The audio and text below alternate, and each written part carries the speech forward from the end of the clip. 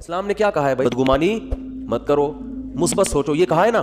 صحابی نے عرض کیا تھا یا رسول اللہ، صحابی نے دیکھا نا آپ کی کیا نیکی ہے کہ نبی نے آپ کو دنیا میں جنت کی بشارت دی. انہوں نے کہا کچھ بھی نہیں، رات کو سب سے دل صاف کر کے سوتا. رات کو سوتا ہوں تو کیا کرتا ہوں؟ دل صاف. کہ بھائی جس نے الٹی بات کی اس کو سیدھا کر لیتا ہوں. یہی ہوتا ہے نا کہ وہ یہ جو کہہ رہا تھا یہ غلط مطلب نہیں ہے، اس کا صحیح مطلب بھی لیا جا سکتا ہے. وہ فلاں جو مجھ پہ غصہ ہوا تو اصل میں حسد کی وجہ سے نہیں، اس کے دل میں میری اصلاح کا جذبہ بہت زیادہ ہے، اس لیے وہ ایکسائٹیڈ ہو گیا.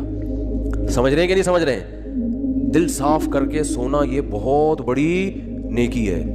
تو وہ کتنا زبردست لفظ تبلیغ والے بولتے ہیں، پازیٹیو کوشش کرتے ہیں نا. آپ سوچو کہ بھائی بڑے کا ادب اس لیے کیا جائے کہ اس کی نیکیاں آپ سے زیادہ ہیں، اس کی زندگی زیادہ ہے تو اس کو زیادہ نیکیوں کا ٹائم ملا ہے، تو غالب یہی ہے کہ نیکیاں اس نے آپ سے زیادہ کی ہوں گی. چھوٹے پہ شفقت یہ سوچ کے کی جائے کہ اس کے گناہ آپ سے ہٹو بچوں مثال ہے یا نہیں.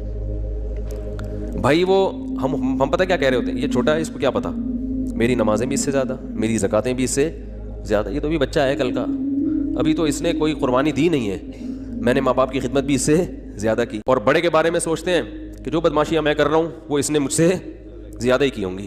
ٹھیک ہے نا، جو برائیاں مجھ میں ہیں، اس کی عمر 10 سال بڑی ہے تو 10 سال اس کے گناہ مجھ سے زیادہ ہیں.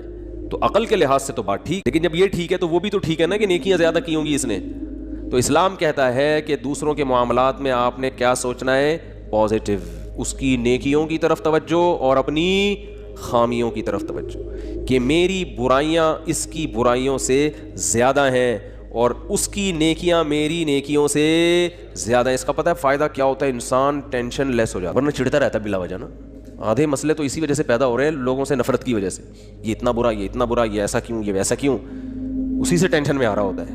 تو اپنے آپ کو اتنا نیک سمجھنے کی ضرورت ہے ہی نہیں. کہتے ہیں کہ عزت ایسی چیز ہے جس کے حصول کی کوشش جس نے کی ہے نا اس کو نہیں ملی کبھی بھی، جس نے کوشش نہیں کی اس کو بہت مل جاتی ہے. تو ایک طریقہ تو یہ بتایا گیا کہ سوچو کیا؟ پازیٹیو. دوسرا طریقہ بتایا کہ اپنے سے کمتر کو دیکھو، کہ جو آپ کو پیسے نہیں ہیں آپ کے پاس تو ان لوگوں کو دیکھو جن کے پاس اتنے بھی نہیں ہیں. ایک صاحب کا فون آیا، 5 سال سے بے روزگار ہوں، گھر میں بھی صلواتیں ہیں، باہر بھی صلواتیں ہیں، ٹینشن میں. میں نے کہا بھائی جان گھر تو ہے نا، چلو صلواتیں سننے کو مل رہی ہیں لیکن گھر والوں نے نکالا تو نہیں نا، چھت تو ہے نا. یہ جو فٹ پاتھوں پہ پڑے ہوئے ہیں نا ان کے پاس رات گزارنے کے لیے چھت میسر نہیں ہے. میں نے کہا گھر میں ناشتہ بھی مل رہا ہے، دوپہر کھانا بھی مل رہا ہے، صلواتیں سنانے کے بعد مل رہا ہے لیکن مل رہا ہے نا. اور صلواتیں باپ دادا کی طرف سے مل رہی ہیں نا، کوئی یہ تھوڑی کہ پڑوسی سنا رہے ہیں، وہ تو اپنے لوگ ہیں. تو اس لیے میں لوگوں سے 2 باتیں لازمی کہتا ہوں کہ ہسپتالوں میں بیماروں کو جا کے دیکھا کرو، جو خطرناک بیمار پڑے ہوئے ہیں نا، کوئی فالج میں نظر آئے گا، کوئی ڈائلسس پہ ہوگا، کوئی کیا عجیب عجیب آپ کو بیمار نظر آئیں گے. دوسرا عیدی سینٹر کے مردہ خانے چکر لگا لو. آج اس لیے کہہ رہا ہوں کہ پھر اگلے ہفتے تک بھول جاؤ. یہاں سے جب بیان کے لیے جاؤ نا، بیان سے فارغ ہو کے تو عیدی سینٹر کے مردہ خانے کو ذرا ٹچ کرتے ہوئے. قبرستان میں تو اصل میں اس لیے عبرت نہیں ہو رہی، وہ مردہ تو نیچے چلا گیا نا، نظر تو آ نہیں رہا. جب آپ عیدی سینٹر کے مردہ خانوں میں جاؤ گے، بڑے بڑے فنٹر آپ کو برف کی سیلوں پہ لیٹے ہوئے نظر آئیں گے. بڑی امیدیں تھیں، ہم یہ کریں گے، ہم یوں کریں گے، ایسا کریں گے. فی الحال بحریہ ٹاؤن میں 3 پلاٹ تو لے لیے، ایک اور ہو جائے، طارق روڈ کی 2-4 دکانیں بھی ہو جائیں، ذرا آباد علاقہ ہے، اور دوسری شادی بھی ہو جائے. مفتی صاحب کے بہت سارے ہم نے بیانات سن لیے، اور پھر ایک سر دبائے گی، دوسری پاؤں دبائے گی. ٹھیک ہے نا. ایک صاحب مجھے کہنے لگے میں دوسری شادی کا سوچ رہا ہوں کیونکہ میرے گھر میں بیگم جو ہے نا وہ کام کاج کرتی ہے، میری خدمت، تو کپڑے وپڑے استری نہیں ہوتے، تو ایک اور آ جائے گی تو اس کا کام کیا ہو جائے گا؟ ہلکا ہو جائے گا. وہ استری کر دے گی یہ گھر کے. میں نے کہا میرا خیال ہے کوئی مریخ سے آیا ہوا آدمی ہے بھائی، کیونکہ زمین میں لوگ اس طرح کی باتیں، نارمل آدمی اس طرح کی باتیں نہیں کرتا. مریخ سے آیا ہوا ہوگا کہیں سے، اس کو پتہ ہی نہیں زمین میں. میں نے کہا تو کر کے تو دیکھ. کہہ رہے ایک روٹی پکائے گی، دوسری سالن پکائے گی. میں نے کہا ایک روٹی سے، جس بیلن سے روٹی پکاتی ہے نا، ایک اس بیلن سے تیرا سر دھنے گی، اور دوسری جس چمچے سے کھانا پکاتی ہے اس چمچے سے وہ چمچہ تیرے سر پہ چلائے. آپ کہتے ہو یا تو کبھی ترغیب دیتے ہو کبھی ڈراتے ہو. تو میں ترغیب دیتا ہوں مگر اس نیت سے نہیں کہ ایک پاؤں دبائے گی تو ایک کھانا پکائے. یہ نہیں ہوگا. ہو سکتا ہے دونوں کو ہوٹل سے کھلانا پڑے لا کے، کہ تم چپ کر کے بیٹھ جاؤ، لڑو نہیں، خدا کا واسطہ کھانا میں پکاؤں گا. تو یہ سب چیزیں یہ سوچ کے کرنے کا کہتا ہوں میں. تو خیر، تو دو چیزیں اور بھی بہت ساری چیزیں اس میں. بنیادی چیز کیا ہے؟ بیماروں کو دیکھو، معذوروں کو دیکھو. میں ایک واقعہ سنایا میں نے پچھلے ہفتے، پتہ نہیں یاد نہیں مجھے سنایا یہاں نہیں سنایا.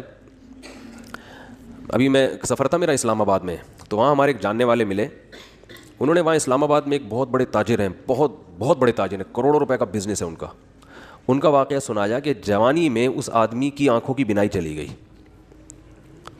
کوئی بیماری ہوئی ہے، بس ایک دم بینائی چلی. ہو جاتا ہے بعض دفعہ کوئی ایسا اٹیک ہو جاتا ہے. وہ بیچارہ علاج کرا کے تھک گیا، اس کی بینائی واپس نہیں آئی. تو انہوں نے بتایا کہ وہ ایک دن نیچے نا اسلام آباد میں وہ بنگلہ ہے اس کا جہاں وہ رہتا ہے، نیچے ایک شکر کندی بیچنے والے نہیں ہوتے کندھے پہ رومال ہے, شکرکندی بیچ رہے ہیں, شکرکندی نہیں سوری, یہ جو بھٹا بیچ رہے ہوتے ہیں نا, دانے, مکئی کے دانے بیچ رہا تھا. کہہ رہے ہیں اس نے اپنے دوست سے کہا اس مکئی کے جو دانے بیچ رہا ہے نا, آواز آئی نا اس کی, تو اس کو جا کے بولو کہ یہ جب ان اسلام آباد کے بنگلوں میں گھومتا ہوگا احساس کمتری کا شکار ہوتا ہوگا کہ یار میری ایک ریڑھی, مکئی کے دانے, اور میں کیا کتنی ایک اس پہ 5 روپے بچا لیتا ہوگا زیادہ سے زیادہ ہے بھائی, تو میں غریب آدمی ہوں اور یہ کتنے بڑے بڑے لوگ ہیں جن کے بڑے خوبصورت بنگلے اور میں ایسا غریب. تو اس نے جس کی آنکھوں کی بینائی چلی گئی نا, اس نے کہا اپنے دوست سے کہ اس کو جا کے بتاؤ کہ تو اپنی آنکھیں مجھے دے دے اور میرا بنگلہ لے لے, اور یہ بھٹے کی ریڑھی کس کو پکڑا دے, مجھے پکڑا دے, میں اس پہ راضی ہوں. یعنی اگر یہ قدرت میں ممکن ہے, بہت مشکل ہے بات سمجھانا. یعنی اس کو بتایا کہ اس کو سبق دلاؤ کہ احساس کمتری کا شکار ہونے کی تجھے ضرورت نہیں ہے, تو مجھ سے زیادہ مالدار ہے, میں اپنی پوری دولت بیچنے کے لیے تیار ہوں اگر مجھے کہیں سے بینائی میری واپس لوٹ آئے. یعنی اگر قدرت مجھے یہ آپشن دے کہ بھائی تو اس مکئی بیچنے والے کی جگہ ریڑھی میں صدائیں لگا رہا ہے, دھوتی پہن کے اور پھٹے پرانے کپڑے پہن کے گھوم رہا ہے, ہم تجھے اس کی جگہ لے آتے ہیں لیکن آنکھیں مل جائیں گی, اور اس کو بنگلے میں لا کے بٹھا دیتے ہیں لیکن آنکھیں اس سے چھین لیں گے, تو سیٹھ نے کہا کہ اس کو بولو کہ میں اس پہ راضی ہوں لیکن تو اس پہ راضی نہیں ہوگا, تو اس لیے اللہ نے تجھے مجھ سے زیادہ نعمتیں دی ہیں. تو بھائی شکر کرنا سیکھو اللہ کے بندو. آج ناشکری بہت ہو رہی ہے. ہمارے حضرت مفتی رشید احمد صاحب رحمہ اللہ تعالیٰ, بہت دفعہ یہ واقعہ سنا ہے, بس مختصر بتاؤں گا. 60 سال کی عمر تک انتہائی غربت میں وقت گزارا انہوں نے, انتہائی غربت, اور دارالعلوم کورنگی کے شیخ الحدیث تھے, جو سب سے بڑا عہدہ ہوتا ہے. یہ جو لوگ آج مولویوں کو صبح شام برا بلا کہتے ہیں نا, ان اکابر نے, ان مولویوں نے اس طرح پیٹ کاٹ کے دین کو بچایا ہے. سمجھ رہے ہو, پیٹ کاٹ کے, اتنے بڑے بڑے عہدوں پہ بھی تنخواہیں نہیں ہیں, ایسے پیٹ کاٹ کے دین کو بچایا ہے.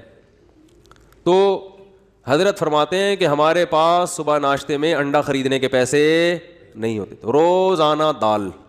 ایک دن ایک مہمان نے کہا کہ آپ کے جب بھی آؤ دال ہی پکی ہوئی ہوتی ہے. حضرت فرماتے ہیں ہم نے تو کبھی سوچا بھی نہیں تھا روزانہ دال کھاتے ہیں. اس نے کہا کہ روز دال پکی ہوئی ہوتی ہے. تو حضرت نے فرمایا, میں نے کہا حلال اتنا ہی ملتا ہے.